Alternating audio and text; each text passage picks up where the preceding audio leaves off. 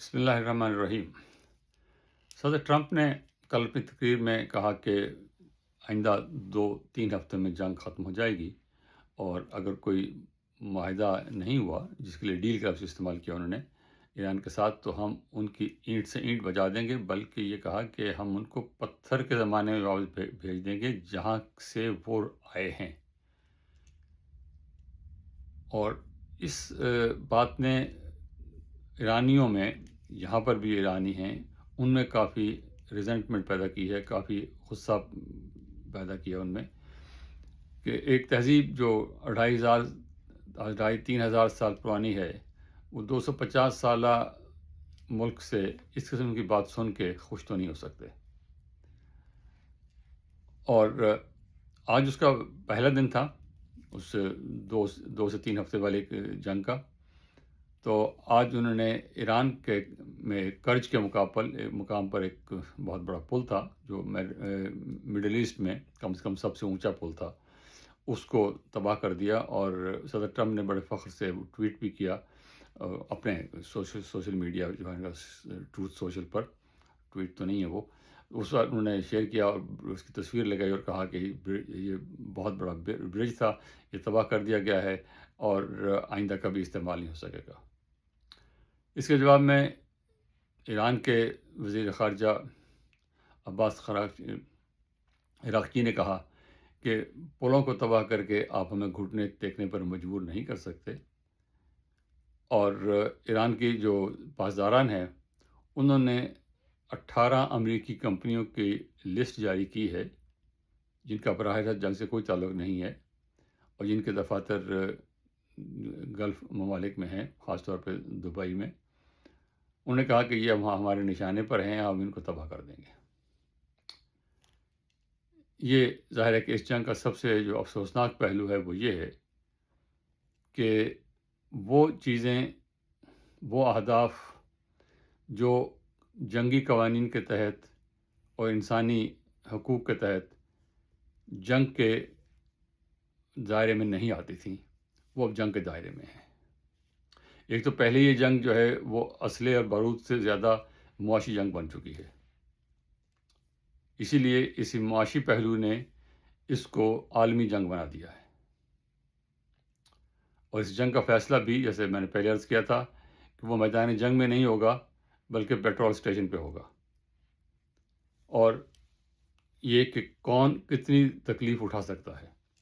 امریکہ میں مہنگائی بڑھ رہی ہے، لوگوں میں اضطراب موجود ہے، خاص طور پہ جو صدر کے حامی ہیں اور جنہوں نے اس بنا پہ ووٹ دیا تھا کہ یہ جنگیں ختم کر دیں گے، اور صدر نے بار بار کہا کہ میں جنگوں کے نہیں، امن کے لیے آیا ہوں، اور انہوں نے یہ جنگ شروع کر دی ہے جس کا ابھی تک کوئی نتیجہ نکلتا نظر نہیں آ رہا۔ اور نتیجہ بھی کیا، ابھی تک اس کا یہ نہیں پتا کہ جنگ شروع کیوں کی ہے۔ اگر ان کا یہ مقصد تھا کہ امریکہ میں امریکی فوج کے ذریعے بمباری کے ذریعے، اسرائیل کی بمباری کے ذریعے وہ ایران میں حکومت کو گرا دیں گے، اور یہی رنگ کا ارادہ تھا کہ 48 گھنٹے کے اندر اندر یہ کام ہو جائے گا اور کوئی لمبی چوڑی قصہ نہیں ہے، اور اسی لیے انہوں نے پہلے ہی دن ان کے جو رہبر ہیں آیت اللہ علی خامنائی، ان کو اور ان کی ٹیم کو نشانہ بنایا، اور ان کا خیال تھا کہ اب یہ حکومت گر جائے گی، عوام سڑکوں پہ نکل آئیں گے، وہ بات نہیں ہوئی۔ دوسری ٹیئر کے جو دوسرے سطح کے جو لیڈر تھے ان کو بھی مار ڈالا۔ اب تیسری سطح کے جو رہنما ہیں وہ اب موجود ہیں، اور کئی جگہ پر دوسری ٹیئر کے ہیں۔ تو اب وہ صاحب یہ کہہ رہے ہیں کہ ایران میں رجیم چینج ہو چکی ہے، کیونکہ اب یہ جو لوگ آئے ہیں یہ ہماری بات سنتے ہیں۔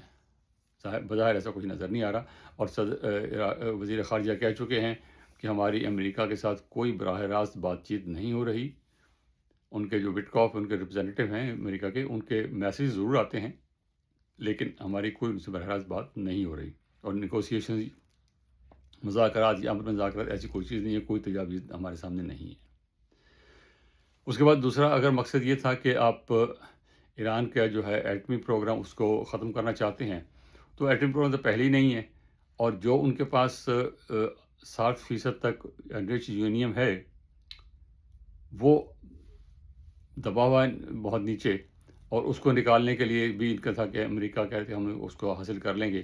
اب تک وہاں پہنچنے کا کوئی ارادہ نہیں ہے، ارادہ نظر نہیں آ رہا. صدر صاحب نے کل تقریر میں اس کا ذکر بھی نہیں کیا. دوسرا مسئلہ اب بلکہ سب سے بڑا مسئلہ جو بن گیا وہ ہرموز کا ہے کہ ہرموز اپنا جو ہے اس پریکٹیکلی ایران کے قبضے میں ہے. ایران کی مرضی سے جہاز گزرتے ہیں، ایران کی مرضی سے جہاز وہاں داخل ہوتے ہیں، اور اس کو کھولنے کا امریکہ نے ارادہ جو تھا پہلے لگتا ہے اب تبدیل کر دیا ہے، کیونکہ انہوں نے کہا کہ یہ جو جن لوگوں کا مال وہاں سے گزرتا ہے وہ خود اس کا خیال کریں. آپ نے ہرمز میرا مسئلہ نہیں ہے، حالانکہ آپ نے ہرمز جو ہے وہ ساری دنیا کا مسئلہ ہے، اور ساری دنیا میں اس سے مہنگائی اور انسٹیبلٹی جو ہو رہی ہے، خود امریکہ میں اس کی وجہ سے جو ہے پرابلم ہو رہے ہیں اور قیمتیں بڑھ رہی ہیں. صدر صاحب کی تقریر جب شروع کی ہے تو اس کے بعد 19 منٹ کے بعد تیل کی قیمت 8% بڑھ گئی اور اسٹاک ایکسچینج گر گئے. اور یہی کچھ امریکہ میں ہو، یہی باقی سب جگہ پہ ہوا. تو اس لحاظ سے کوئی نظر نہیں آتا کہ اس کا آگے حل کیا ہوگا. لیکن انفراسٹرکچر جو ہے سویلین انفراسٹرکچر اور سویلین جو ہیں وہ نشانہ بنتے جا رہے ہیں. اب سوال صرف یہ ہے کہ اس تکلیف دہ وقت کو کون زیادہ دیر برداشت کر سکتا ہے؟ ایران والے برداشت کریں گے زیادہ دیر اپنی تباہی کو، اپنی مشکلات کو، یا امریکہ والے؟ امریکہ میں دوسری ڈیولپمنٹ جو یہ ہوئی کہ آرمی کے جو چیف ہیں جنرل رینڈی جارج، ان کو وزیر دفاع جو ہیں ان کے پیٹ ہیگسیت، انہوں نے ملازمت سے برطرف کر دیا. ان کا ابھی 1927 تک انہوں نے اپنی جاب پہ رہنا تھا، لیکن انہوں نے ان کو ہٹا دیا. اور پیٹ ہیگسیت جب سے آئے ہیں، انہوں نے 1 سال سے تھوڑے عرصے زیادہ ہوا ہے، انہوں نے 12 جرنیل 3 اسٹار اور 4 اسٹار 12 جرنیل جو ہیں ان کا ملازمت سے فارغ کر دیا ہے. وہ سویلین کنٹرول تو اپنی جگہ درست ہے بات تھیوریٹیکلی، لیکن اس رفتار سے اور اس تعداد سے جب آپ جنرلوں کو فارغ کریں گے تو اس کا نیچرل اثر جو ہے وہ آرمی کے فوج کے مورال پہ پڑے گا. اب انٹرنل باتیں ہم نہیں جانتے، لیکن ایک تھیوریٹیکل سیدھی سی بات یہ ہے کہ اس طرح کرنے سے آپ کسی بھی آرگنائزیشن کا جو مورال ہے اس پہ برا اثر پڑے گا.